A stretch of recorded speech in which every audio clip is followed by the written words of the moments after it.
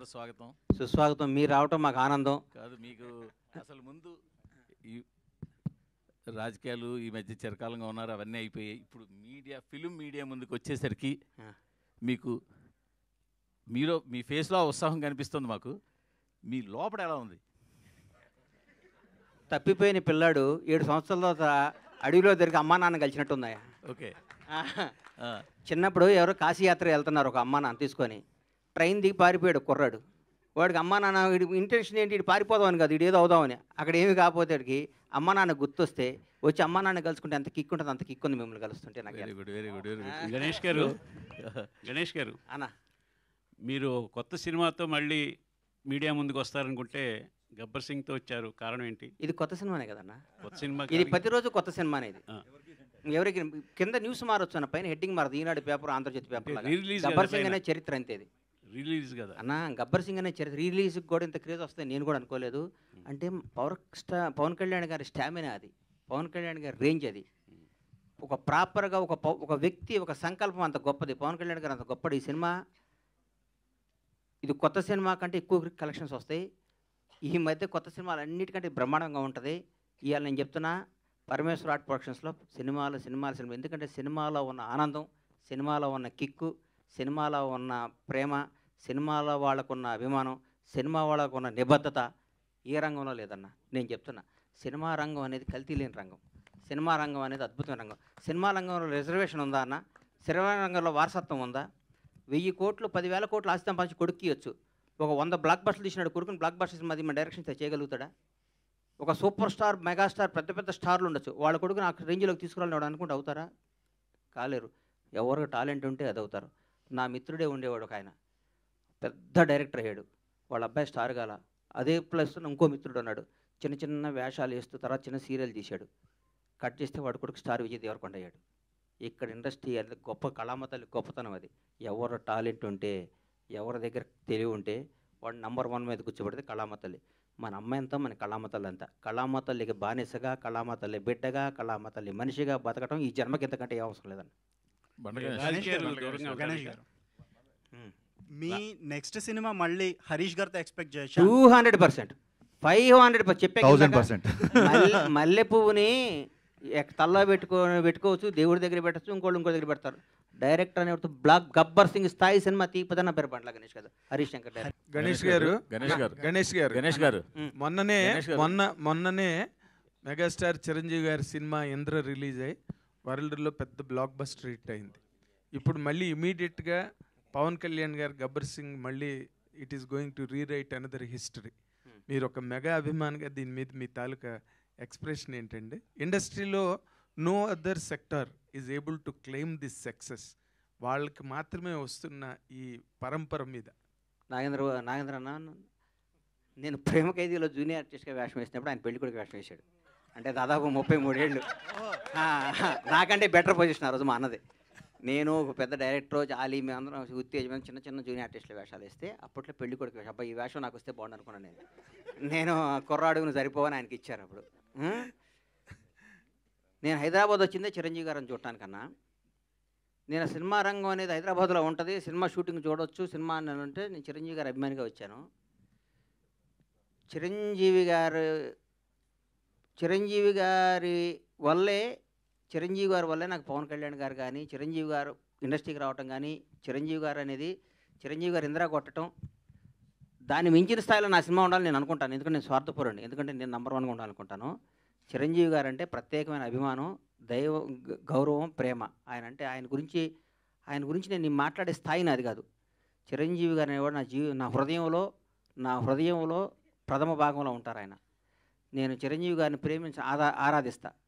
పవన్ కళ్యాణ్ గారు అంటే ఎందుకు నాకంటే నాకు జీవితాన్ని ఇచ్చాడు కాబట్టి ఆయన దేవుడు అనుకుంటాను.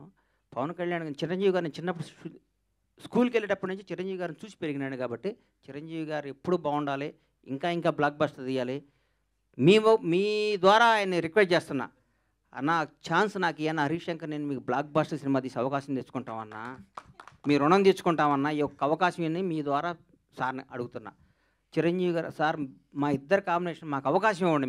మీరు ఎందరికో అవకాశం ఇచ్చారు, మీరు ఎందరికో జీవితాలు ఇచ్చారు, మీ పేరు చెప్పుకొని ఎంతో స్థాయిలో ఉన్నారు.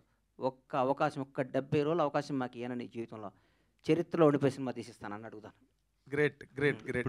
గణేష్ గారు గణేష్ గారు ఇటు సార్. ఆ ఆడపిల్లకి ఛాన్స్ ఇద్దాం, సోదరులకు ఛాన్స్ ఇవ్వాలి కదన్న. ఒక నిమిషం చెప్పమ్మా. ఎందుకులేండి, మేము మైక్ ఉందిగా, ఎప్పుడోకప్పుడు మేమే అడుగుతాం. చెప్తా. అయితే పవన్ కళ్యాణ్ రీసెంట్గా మాట్లాడుతూ డిప్యూటీ సీఎం అయిన తర్వాత సినిమాలు తగ్గిస్తాను అన్నట్లుగా ఆయన ఓపెన్గానే చెప్పాడు.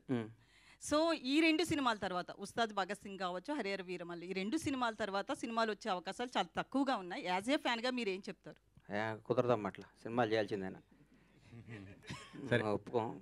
బండ్ల గణేష్ గారు. ఎందుకంటే ఆయన సినిమాలు చేయకపోతే ఆయనకి ఇన్కమ్, ఆయనకి ఆదాయం వచ్చేది సినిమా. ఆయన ఖర్చులకి, ఆయన పార్టీ నడపడానికి అదొక అద్భుతమైన పార్టీ. ఆయన చేసే కార్యక్రమాలు కానీ ఆయన దగ్గర కానీ ఆయన ఎట్టి బస్సులో ఏదో టైం చూసుకొని మాలాంటి వాళ్ళకి అవకాశాలు ఇస్తూ సినిమాలు చేయాలని మనస్ఫూర్తిగా కోరుకుంటున్నాను. ఆయన ఏ పదవిలో ఉన్నా కనీసం సంవత్సరానికి 2 నెలలకు ఒక సినిమాన జనానికి ఇవ్వాలని నా ఆశ.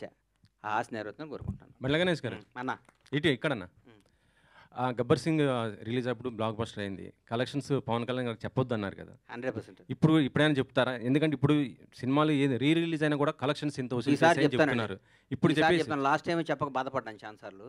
ఆయన ఎవరికి చెప్పొద్దు. ఈసారి ఆయన నేను చెప్పేస్తాను, ఎట్టి పర్సెంట్ చెప్తాను. ఇప్పుడు చెప్పండి మరి, అప్పుడు ఎంత వసూలు చేసింది? ఇప్పుడు ఆయన సత్యనారాయణ గారు రిలీజ్ అయినా చెప్తాం. ఇప్పుడైతే అద్భుతంగా ఉన్నాయి, ఓపెన్ చేయగానే ఫుల్ అయిపోతున్నాయి. నాకు దాదాపు అసలు ఈ చరిత్రలో కని విని ఎరగని విధంగా ఇండియన్ సినిమాల్లో రిలీజ్కి ఎంత కలెక్ట్ చేస్తా అనే విధంగా కలెక్ట్ చేస్తాను నమ్మకం నాకు ఉంది.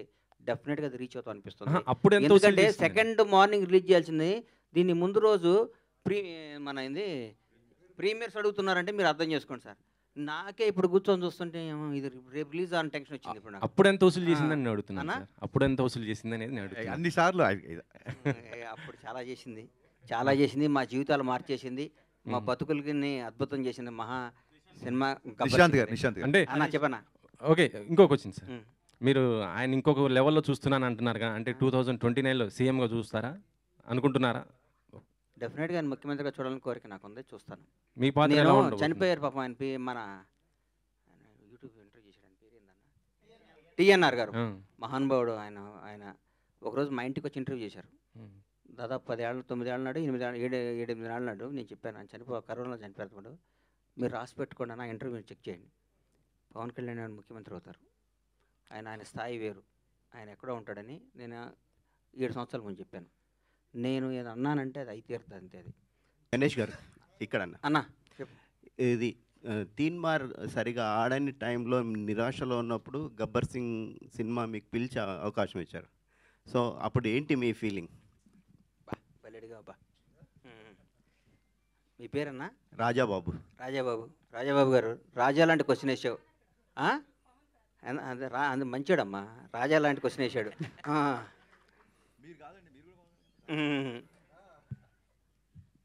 తీన్మార్ కూడా బ్లాక్ బాస్టర్ సినిమా వద్దనుకునేవాడు నేను. ఎందుకంటే భలే ఉంటుంది సినిమా, భలే గుండెకి హద్దుకునే సినిమా. అది చిన్న మిస్ఫేర్ చేయడం వల్ల మిస్ అయిపోయింది. దాని టైలర్ ఈ రోజు కూడా నిన్న మొన్న సినిమా చూస్తుంటే ఏమో ఈ సినిమా ఎందుకు ఆడలేదని పెద్ద $1 మిలియన్ క్వశ్చన్ నాకు.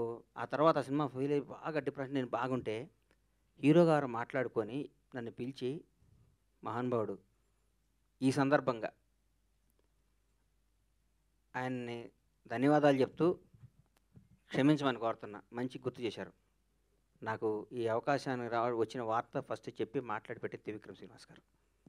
త్రివిక్రమ్ గారు పొరపాటున ఎవరో ఫ్యాన్ ఫోన్ చేస్తే మనం ఏ మూడ్లో ఉన్నామో నోరు జారటం వల్ల చాలా తప్పు చేశానని ఫీల్ అయ్యాను, చాలా బాధపడిన. తర్వాత ఇద్దరు మాట్లాడుకున్నది వేరే విషయం. కానీ ఈ సందర్భంగా ఆయన క్షమాపణ చెప్పాల్సిన బాధ్యత నాకుంది. నాకు ఈ సినిమా రావడానికి, ఈ సినిమాని హరీష్ శంకర్ డైరెక్టరు, నేను ఫస్ట్ ఆ సినిమా కొన్న నాతో కొనిచ్చాడు హీరో గారు.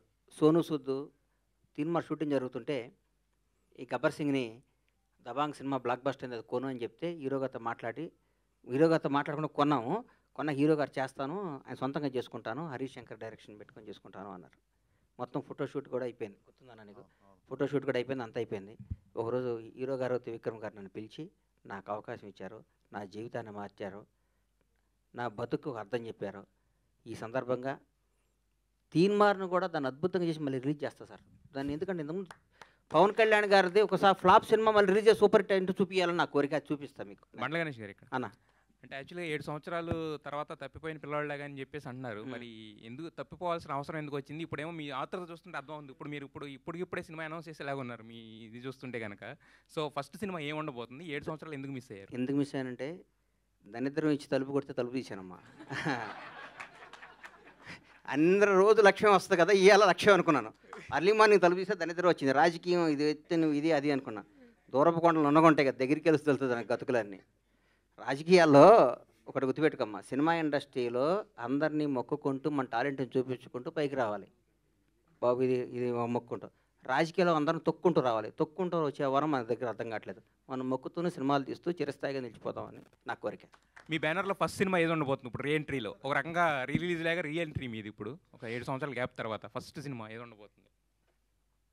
ఒక్క 20 డేస్లో 1 మంత్లో అనౌన్స్ చేస్తాను. ఎందుకంటే ఒకసారి నోటుగుండ వచ్చి నాకు వెనక్కి వెళ్ళకూడదు పని, తప్పైపోతాం. అది ఒక నోటుగుండ బయటకు వచ్చిందంటే దానికి కట్టుబడి ఉండాలి. కాబట్టి బ్లాక్ బాస్టర్ సినిమాలు తీస్తా, వరుస పెట్టి సినిమాలు తీస్తా. సినిమానే జీవితం. Wish you all the best అండి. సత్యనారాయణ గారు, నాకు 24 క్రాఫ్ట్ల మీద అవగాహన ఉంది. మై ఏజ్ ఆఫ్ 15 years నేను సినిమా ఇండస్ట్రీ ఫిల్మ్ ఇన్స్టిట్యూట్ స్టూడెంట్గా వచ్చా. అప్పటి నుంచి సినిమా రంగంలో ప్రొడక్షన్ బాయ్ దగ్గర నుంచి, ప్రొడక్షన్ బాయ్కి ఏ విధంగా డబ్బు వస్తుంది దగ్గర నుంచి, ప్రొడక్షన్ మేనేజర్ దగ్గర నుంచి ప్రతి దాంట్లో నాకు తెలుసు. ఎక్కడ ఏం కొంటే తక్కువకి వస్తుందో నాకు తెలుసు. ఎక్కడ ఏ సీన్, నేను డైరెక్టర్ గారు చెప్పాను, అన్న ఇవాళ ఈ సీన్ కాదన్నా, నా మాటినన్నా అనేవాడిని. నేను అనేవాడు, నాకు తెలుసు అన్న ఇవాళ సీన్ కాదు. నాకు నో డౌట్. ఆయన ఒక సినిమాకు ఒక కోడైరెక్టర్, ఒక ప్రొడక్షన్ డిజైనర్, ఒక ఆర్ట్ అసిస్టెంట్, ఎవ్రీ డిపార్ట్మెంట్ కంట్రోల్గా చేశాడు కాబట్టి ఆయనకు లాభాలు కూడా అప్పుడు అలా వచ్చాయి. ఎందుకంటే సినిమాకి సీఈఓ ఉంటారు సార్, సినిమాకి నిర్మాత రామానాయుడు గారు ఆదర్శం నాకు. మహానుభావుడు రామానాయుడు గారు సెట్లో పొద్దున్నే ఉండేవాడు, ట్రాలీ చూసేవాడు. నా కళ్ళారు చూశాను ఆయన దగ్గర, మేము సినిమాలు చూసేవాళ్ళంగా. అట్లా ఉండాలి సినిమా అంటే. ఎందుకు నిర్మాత అనేవాడు బిడ్డ కదా సార్, కడుపులో తల్లి గర్భంలో బిడ్డని ఎంత నీట్గా డెలివరీ చేస్తుంది. ఊరికే ప్రెగ్నెన్సీ అయినా కూడా ఒక ఆడం ఎట్లా పెడితే అట్లా తిరిగి అయినా బిడ్డ లైఫ్ పోతుంది కదా. సినిమాని మన బిడ్డని ఎంత బాగా తల్లికి డెలివరీ ఇస్తుందో మన సినిమాని అంత బాగా డెలివరీ ఇస్తే నిర్మాత అంత కష్టపడితే బ్లాక్ బస్టర్ వస్తుంది. ఒక్కోసారి మిస్ అవ్వచ్చు. హరీష్ శంకర్కున్న టాలెంట్కి, హరీష్ శంకర్కున్న కష్టపడే తత్వానికి చిన్న మన బచ్చన్ మిస్ అయింది. ప్రతి మిలిటరీ మన సరిహద్దులు ఉండే సైనికుడు కొట్టిన ప్రతి బుల్లెట్ అవతలడికి తగలదు. ఒక్కోసారి మిస్ అవుతుంది. మిస్ అయినంత మాత్రం సైనికుడు కాకుండా పోతాడా? అంతే. హరీష్ శంకర్ ఏంటి నాకు తెలుసు. ఒక పూరి జగన్నాథ్ అంటే తెలుసు. పూరి జగన్నాథ్ గురించి అని చెప్తాను. పూరి జగన్నాథ్ బౌన్స్ బ్యాక్ వచ్చి పోకిరీలు తీస్తాడు. మళ్ళీ నేను రాసుకోండి, మీరు చెప్తాను. ఒక టెంపర్ తీస్తాడు, రాసుకోండి మళ్ళీ చెప్తాను.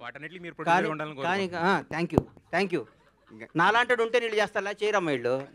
వీళ్ళకి కొత్త వాళ్ళు ఇంగ్లీష్లో మాట్లాడే వాళ్ళు వస్తారు. సార్ యాక్చువల్లీ తీసానంగానే మా తెలుగు మర్చిపోయి ఇంగ్లీష్ మాట్లాడే తపనలో ఫ్లాపులు తీస్తారు వీళ్ళు. నాలాంటి కసి ఉన్నాడిని నమ్ముకోండి, నాలాంటి తపన ఉన్నాడిని నమ్ముకోండి, బ్లాక్ బస్టర్ సినిమాలు తీయండి. మీరు వేణుస్వామి కంటే మీరే జ్యోతిష్యం బాగా చెప్తున్నారు సార్. అందరూ బాగుండాలి, అందులో మనం ఉండాలి. వదిలే గణేష్ గారు మీరు ఇచ్చిన భరోసాకి హరీష్ శంకర్ గారి మొహంలో చాలా తర్వాత మాకు ఒక సక్సెస్.